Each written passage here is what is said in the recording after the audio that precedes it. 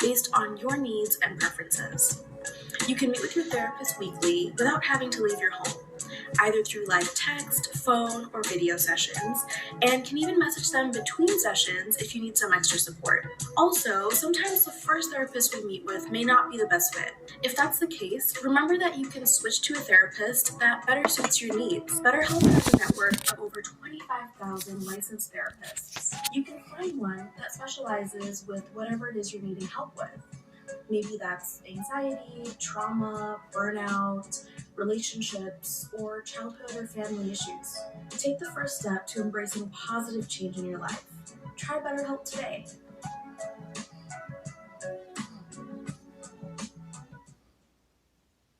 Ever seen a wealthy person or a wealthy family or a jet owner? Like, I got a jet, I'm sorry, You ever done that, seen that, and wondered, what would they do? What did they do to get it? And number two, what would they do to get it all over again? Or could they even get it all over again? Were they just lucky the first time? For probably 40 years now, I've been wondering the same thing. I see some family that owns a house in the Hamptons on a beach, or in La Jolla, California, or some guy that's flying across the country in his own jet, or he's at the blackjack table in Vegas, spending $1,000 a hand. I've always wondered, what did they do to get it?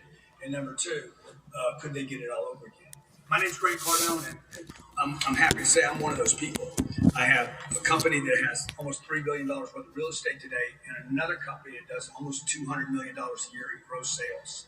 I've come up from nothing, literally nothing, and Discovery Channel reached out to me last year and said, hey, could you, if we drop you off in the city, you can't use your name, can't use your contacts, you can't use your money, we're going to take all your money away. You have no place to live, no food to eat, and you can't reach out to your buddies, your rich buddies. How long would it take you to put it all back together? I said, give me 90 days and I'll build $1 million business. Well, in truth, I built a $5.5 million business with no money, couldn't use my contacts, shaved my head, took on a new identity, wore these glasses that faked everybody out and had a mask on most of the time. Built a $5.5 million business in 90 days, and I'm telling you, I did this to prove to people that you don't need time, you don't need money, and you don't need a name. But you do need the strategy. You need to know exactly how to do it. There's a way to do it. What I want to do today is I want to give you the strategy. It's taken me 45 years to figure this out. Nobody gave this to me. And I promised my mother when I was 16 years old, if I ever figure this out, because we grew up poor, my mom was scared every day. I said, if I ever figure this out, and if I get wealthy, because I used to have these dreams and fantasies of like being wealthy one day, I'm going to make it. I'm going to be the superhero of my house. And I told my mom, I said, if I ever figure it out, I'm going to share it with other people. And that's what I want to do with you today. I want to share this with you, okay? And some of you are going to do nothing with it. Cost you nothing, by the way. Some of you will do nothing with it, and some of you will turn this into millions, tens of millions. Maybe somebody will see this, use this, and become a billionaire because of it. I'm doing this right now for free. I will not keep it for free for long. We're trying to do a test group to see what kind of response we get from you when you get on the program. $5.5 million in 90 days because of the strategy. Okay, but you got to have the strategy. You don't need the name. You don't need good looks. You don't need a jet. You don't need a bunch of social media. In fact, I didn't use social media for 90 days, and I still built a $5.5 million business. So I want to give you this for free. Grab it right here, and I want to share with you for free exactly what you can do to get from poverty to financial freedom. To get from making excuses about time and money to having all the time and money that you want. It's possible. Look, the dream is possible. You don't have to live in America to make this dream real. You can do it anywhere. You don't need a name, you don't need money, but you do need a strategy. Click right there. Let's do this. Let's get financial freedom together.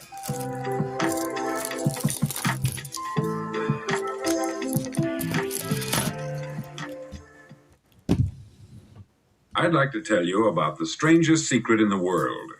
Not long ago, Albert Schweitzer, the great doctor and Nobel Prize winner, was being interviewed in London, and a reporter asked him, "Doctor, what's wrong with men today?" The great doctor was silent a moment, and then he said, "Men simply don't think." And it's about this that I want to talk with you. We live today in a golden age. This is an era that man has looked forward, dreamed of, and worked toward for thousands of years. But since it's here, we pretty well take it for granted. We in America are particularly fortunate to live in the richest land that ever existed on the face of the earth, a land of abundant opportunity for everyone. But do you know what happens? Let's take 100 men who start even at the age of 25. Do you have any idea what will happen to those men by the time they're 65?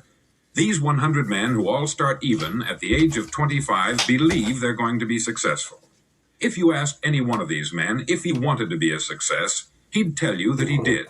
And you'd notice that he was eager toward life, that there was a certain sparkle to his eye, an erectness to his carriage, and life seemed like a pretty interesting adventure to him.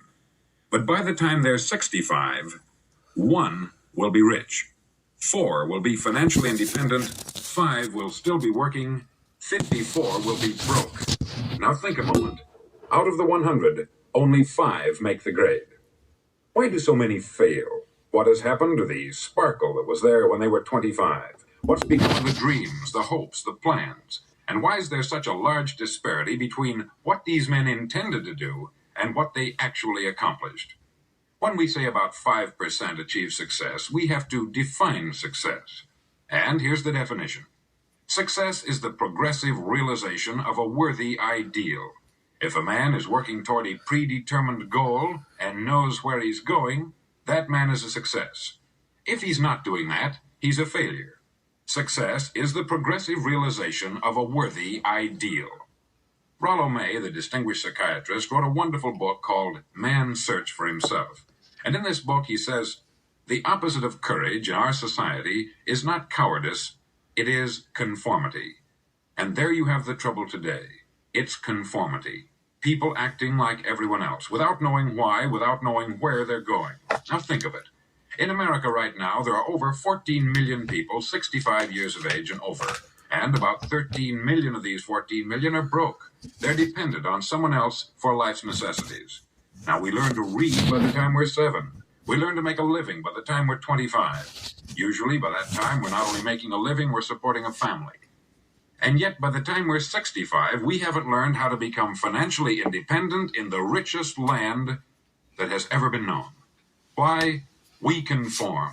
And the trouble is that we're acting like the wrong percentage group, the 95% who don't succeed. Now, why do these people conform? Well, they don't know, really. These people believe that their lives are shaped by circumstances, by things that happen to them, by exterior forces. They're outer-directed people. A survey was made one time that covered a lot of men, working men, and these men were asked this question. Why do you work? Why do you get up in the morning? 19 out of 20 had no idea. If you ask them, they'll say, everyone goes to work in the morning. And that's the reason they do it, because everyone else is doing it. Now let's get back to our definition of success. Who succeeds?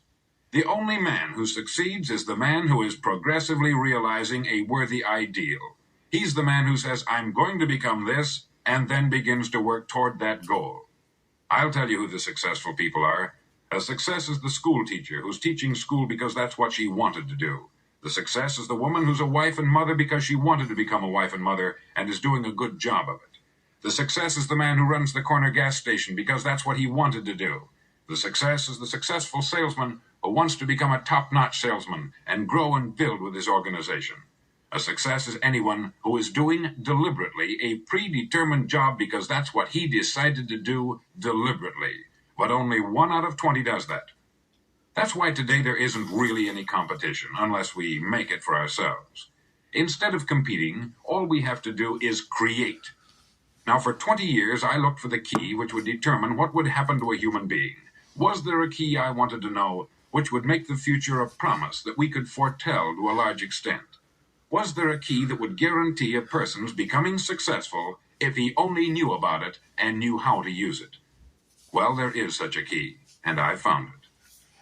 Have you ever wondered why so many men work so hard and honestly without ever achieving anything in particular, and others don't seem to work hard and yet seem to get everything? They have the magic touch. You've heard them say that about someone. Everything he touches turns to gold. And have you ever noticed that a man who becomes successful tends to continue to become successful? And on the other hand, have you noticed how a man who is a failure tends to continue to fail? It's because of goals. Some of us have them, some don't. People with goals succeed because they know where they're going. Now think of a ship leaving a harbor, and think of it with the complete voyage mapped out and planned. The captain and crew know exactly where it's going and how long it will take. It has a definite goal. 9,999 times out of 10,000, it will get to where it started out to get. Now let's take another ship. just like the first, only let's not put a crew on it or a captain at the helm. Let's give it no aiming point, no goal, no destination. We just start the engines and let it go. I think you'll agree with me that if it gets out of the harbor at all, it will either sink or wind up on some deserted beach a derelict. It can't go any place because it has no destination and no guidance. It's the same with a human being. Take the salesman, for example. There is no other person in the world today with the future of a good salesman. Selling is the world's highest paid profession, if we're good at it and if we know where we're going. Every company needs top-notch salesmen, and they reward those men. The sky is the limit for them. But how many can you find? Someone once said, the human race is fixed, not to prevent the strong from winning, but to prevent the weak from losing. The American economy today can be likened to a convoy in time of war. The entire economy is slowed down to protect its weakest link, just as the convoy had to go at the speed that would permit its slowest vessel to remain in formation. That's why it's so easy to make a living today. It takes no particular brains or talent to make a living and support a family today. So we have a plateau of so-called security, if that's what a person's looking for. But we do have to decide how high above this plateau we want to aim for. Now let's get back to the strangest secret in the world, the story that I wanted to tell you today. Why do men with goals succeed in life and men without them fail? Well, let me tell you something which, if you really understand it, will alter your life immediately. If you understand completely what I'm going to tell you from this moment on, your life will never be the same again. You'll suddenly find that good luck just seems to be attracted to you. The things you want just seem to fall in line. And from now on, you won't have the problems, the worries, the gnawing lump of anxiety that perhaps you've experienced before. Doubt, fear, well, they'll be things of the past. Here's the key to success and the key to failure. We become what we think about. Now let me say that again. We become what we think about. Throughout all history, the great wise men and teachers, philosophers and prophets have disagreed with one another on many different things. It is only on this one point that they are in complete and unanimous agreement. Listen to what Marcus Aurelius, the great Roman emperor, said. He said, "A man's life is what his thoughts make of it." Disraeli said this, "Everything comes if a man will only wait. I have brought myself by long meditation to the conviction that a human being with a settled purpose must accomplish it, and that nothing can resist a will that will stake even existence for its fulfillment." Ralph Waldo Emerson said this, "A man is what he thinks about all day long." William James said, "The greatest discovery of my generation is that human beings can alter their lives by altering their attitudes of mind." And he also said, "We need only in cold blood act as if the thing in question were real, and it will become infallibly real by growing into such a connection with our life that it will become real. It will become so knit with habit and emotion that our interest in it will be those which characterize belief." He also said this, "If you only care enough for a result, you will almost certainly attain it.